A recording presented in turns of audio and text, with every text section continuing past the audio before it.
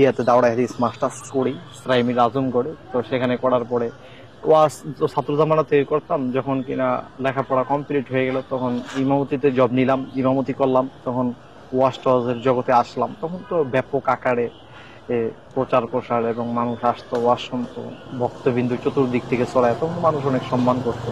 সাইমা যদি তার যেখানে নতুন ভাবে রিলেশন আছে, সে যদি তাকে নিয়ে যদি শান্তিতে যদি থাকতে পারে তাহলে সে থাকবে। শাকিব খান, 2 নম্বর হলো জায়েদ খান। শাকিব খানের সিনেমা দেখেছেন আপনি? সিনেমা আসলে ওইরকমটা দেখা হয় না, কিন্তু সিম্পল। আর জায়েদ খানের সাথে এরকম সিনেমা দেখি নাই, কিন্তু তার ডিগবাজি দেখেছি, এবং ডিগবাজিটা অলরেডি আমি এটা পারিও ভালো। এই নিয়তে ভালো ভালো জিনিস বলার আপ্রাণ চেষ্টা করতাম। তো সেই ক্ষেত্রে আমার যেমন ইউটিউবে যদি সার্চ করে আপনার ওই ভিডিওগুলো দেখলে তারা অবাক হয়ে যাবে যে আসলে এটা সম্ভব কি করে, বুঝতে পেরেছেন? এই কারণে হয়তো একটু বেশি অবাক হবে, এটাই আর কিছু। আচ্ছা, আপনার উপর তো জানের যে হুমকি সেটাও তো হতে পারে, যে কেউ আপনাকে আক্রমণ করতে পারে। আসলে দেখেন, যে কেউ আক্রমণ করতে পারে, এটাই স্বাভাবিক। তবে বিষয়টা হলো যার যার অবস্থান নিয়ে তাকে তাকে থাকা উচিত। কথা বুঝতে পেরেছি? আমি ওমর ফারুক আল আজমি এইরকম অবস্থানে এসেছি, এমনি আসি না, নিশ্চয়ই এটার পিছনে অনেক কারণ অবশ্যই। আচ্ছা, কি কি কারণ? সেই কারণগুলো আজকে আপনাকে বলবো না, সময় সংক্ষিপ্ততার কারণে। আপনি যদি চান তাহলে জাস্ট 1 মিনিট আরো কিছু জানতে পারেন, কিন্তু 1 মিনিটের পর আর কিছু বলা যাবে না। আমি বলি প্লিজ একটা কথা বলে। আপনি নাকি কারোর সাথে প্রেম করে সেকা খেয়ে এখন এই মাওলানা থেকে নায়ক হচ্ছেন, আসলে এই ব্যাপারটা কি কতটুকু সত্য? আমরা কিন্তু অনেক কিছুই আপনার পিছন থেকে জানার চেষ্টা করেছি, ঘটনাটা একটু বলবেন? আসলে দেখেন, মানুষের জীবনে প্রেম ভালোবাসা আছে এবং থাকবে, এটাই স্বাভাবিক। তবে আমি কোনো মেয়ের প্রেমে কখনো পড়ি নাই। জাস্ট আর আমাকে মেয়েরা মেসেজ দিতে বা কথা বলতে ভয় পাইতো। যাই হোক, ওই প্রেম প্রীতির বিষয়টা না বললে। প্রেম প্রীতির বিষয়টা কি আসলে সঠিক কিনা? যেহেতু আপনি একজন মানে অনেক ভালো মানের অভিজ্ঞ মানুষ, পাশাপাশি অনেক জ্ঞানী মানুষ। আমি আপনাকে বলি, আপনি একজন সাংবাদিক মানুষ, সম্মানিত মানুষ, আপনাদেরকে সম্মান করা উচিত, কারণ হলো আপনার জাতির বিবেক। কিন্তু বিষয়টা হচ্ছে যে এই প্রেম প্রীতির যে বিষয়টা, সেটা মনে করেন মিডিয়াতে আসলে ওপেনলি বলা ওইরকম ঠিক না, কারণ এর পার্সোনালিটি বিষয় না। আপনি নাকি ওই জিদ করে আপনি ওয়াজ মাহফিলের ওয়াজের ময়দান ছেড়ে আপনি মাওলানা, অর্থাৎ হাজার হাজার মানুষ, লাখ লাখ মানুষ আপনার ওয়াজ শুনে ইসলামের পথে আসছে, ভালো পথে আসছে, আর সেই মানুষটা আজকে আপনি একটা মেয়ের জন্য, সাইমা নাকি নাম, হ্যাঁ, সেই সাইমা নামে মেয়েটার জন্য আজকে আপনি চুল কালার করে মাওলানা থেকে হচ্ছেন চিত্রনায়ক। আচ্ছা, সেই সাইমাকে উদ্দেশ্য করে আপনার কিছু বলার আছে কিনা? সাইমাকে উদ্দেশ্য করে আমার বলার মতো এরকম কিছুই নাই ভাই, কারণ সাইমা যদি তার যেখানে নতুন ভাবে রিলেশন আছে, সে যদি তাকে নিয়ে যদি শান্তিতে যদি থাকতে পারে তাহলে সে থাকবে। এটা তো যার যার ব্যক্তিগত ব্যাপার, আপনার স্বাধীনতা আছে না। আচ্ছা, সাইমার বিয়ে হয়েছে কতদিন? সাইমার বিয়ে হয়েছে কতদিন? তার তো বিয়ে হয় নাই, মানে সে নতুন ইয়াতে, মানে নতুন প্রেমে যুক্ত হয়েছে। সাইমার সাথে আপনার রিলেশন ছিল কতদিন, কত বছরে? ওইটা আসলে এগুলো পার্সোনাল সিকিউরিটি বিষয়, তো এগুলো আসলে। আচ্ছা, আপনার গ্রামের বাড়ি কোথায় বলেন তো?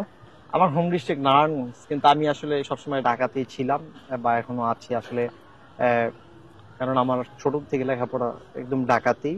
আমি তারপরে ইন্ডিয়াতে দাওরা হাদিস মাস্টার্স করি ইসরাইমিল আজমগড়ে। তো সেখানে করার পরে ওয়াজ তো ছাত্র জামানাতে করতাম, যখন কিনা লেখাপড়া কমপ্লিট হয়ে গেল তখন ইমামতিতে জব নিলাম, ইমামতি করলাম, তখন ওয়াজ টওয়াজের জগতে আসলাম। তখন তো ব্যাপক আকারে প্রচার প্রসার এবং মানুষ আসতো, ওয়াজ শুনতো, ভক্তবিন্দু চতুর্দিক থেকে ছড়ায়, তখন মানুষ অনেক সম্মান করতো। আচ্ছা, আপনার কয় ভাই বোন আপনারা?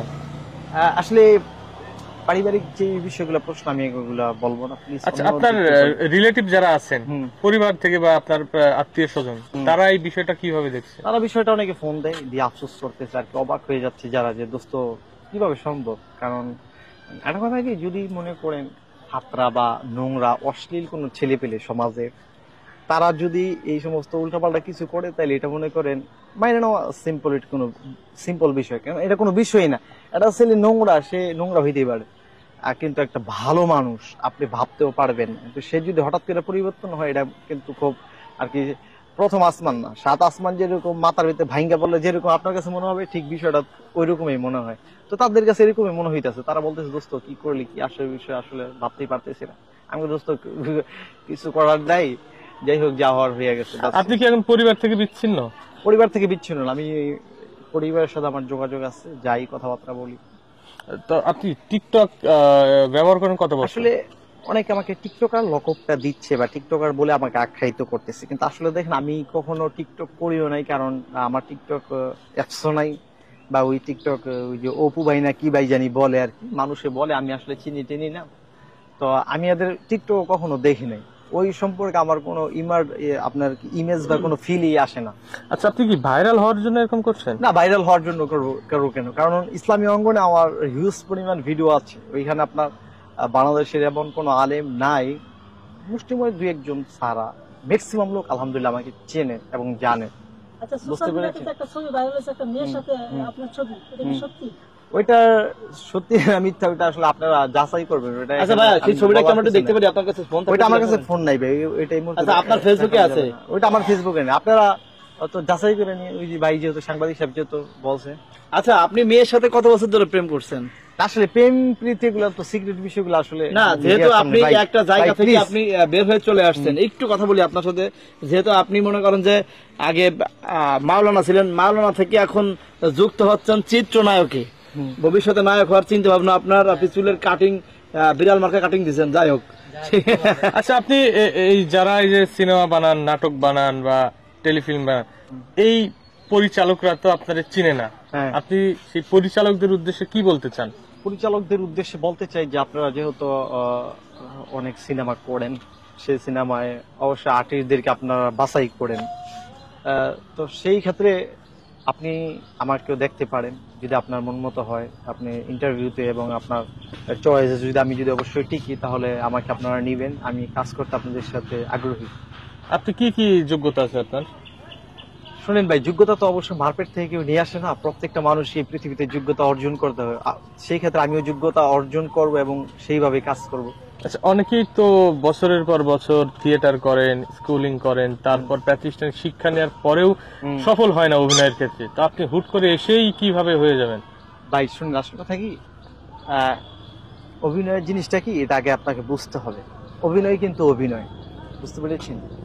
তো সেই ক্ষেত্রে এটা আমরা অনেক কিছু মনে করি কি যে একটা মানুষকে শিখাইতে হয়, সব জিনিস সবাইকে শিখানো যায় না, কিছু কিছু জিনিস আছে নিজের ট্যালেন্ট, নিজের অভিজ্ঞতা, নিজের যোগ্যতা থেকে শিখে নিতে হয়, বুঝে নিতে হয়, এই বিষয়টা হলো মেইন সাবজেক্ট। আপনি কার মতো অভিনেতা হতে চান? আমি দুইজন, আমার চিন্তাধারা, এক হলো শাকিব খান, দুই নম্বর হলো জায়েদ খান। শাকিব খানের সিনেমা দেখেছেন আপনি? সিনেমা আসলে ওইরকমটা দেখা হয় না, কিন্তু সিম্পল। আর জায়েদ খানের? জায়েদ খানের সাথে এরকম সিনেমা দেখি নাই, কিন্তু তার ডিগবাজি দেখেছি, এবং ডিগবাজিটা অলরেডি আমি এটা পারিও ভালো। একটু দিয়ে দিতে দেখাবেন? পারবেন? হ্যাঁ, দিতে পারবেন?